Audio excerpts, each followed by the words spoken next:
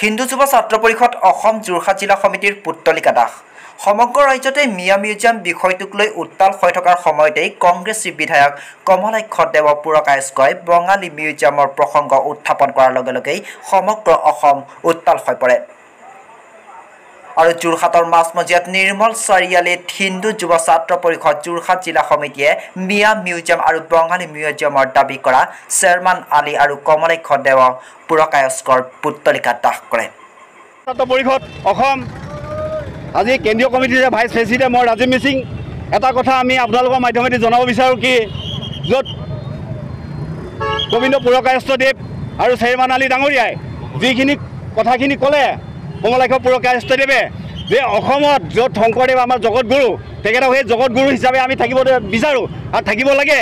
আজি তেওঁলোকে যিখিনি সাম্প্ৰদায়িক মন্তব্য কৰি পেলাই যে তেওঁলোকক মিউজিয়াম লাগে সিটো লাগে সেই দাবীবিলাক কৰিছে আমি সেইটো আমি নস্যাৎ কৰিছোঁ। আমি ইয়াৰ পৰা সকীয়াই দিছোঁ তেখেতসকলক যিটো নেকি অসমৰ শক্তি অপশক্তিয়ে তেওঁলোকক যদি এইবিলাক কৰিব বিচাৰে ভৱিষ্যতলৈ যাতে আমি সেইটো সকীয়াই দিছোঁ যে এনেকৈ কোনো মিয়া মিউজিয়াম বা আমাক জগতগুৰুক তেওঁলোকে কোনো যাতে ভাগ কৰিব নালাগে আৰু অপমান কৰিব নালাগে। শংকৰদেৱ কলাক্ষেত্ৰত মিয়া মিউজিয়ামৰ পিছত শেহতীয়াকৈ এটা আহিছে যে বঙালীসকলক মিউজিয়াম সংৰক্ষণ কৰিব লাগে বুলি কৈছে, এই বিষয়টো কি? হয়, সেই কথাটোকে আমি কৈ আছোঁ যে ইয়াত জগতগুৰু যিটো আমাৰ মহাপুৰুষ শংকৰদেৱ তেখেতক কোনেও জাতিগতভাৱে সাম্প্ৰদায়িক হিচাপে কোনেও যাতে ভাগ কৰিব নালাগে।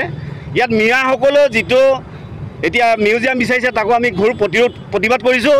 লগতে ইয়াত যিসকল বেংগলী সমাজেও বা বেংগলী এজনে তেওঁ যেতিয়া মিয়া মিউজিয়াম বিচাৰিছে সেই মিয়া মিউজিয়ামক মই ঘোৰ প্ৰতিবাদ কৰিব বিচাৰিছোঁ। কিয়নো জগতগুৰু শংকৰদেৱ কলাক্ষেত্ৰ আমাৰ জগতগুৰুৰ নামতে হৈ থাকক, তেওঁ জাতিগতভাৱে ধৰ্মগতভাৱে কোনেও তেখেতক ভাগ কৰিব নালাগে।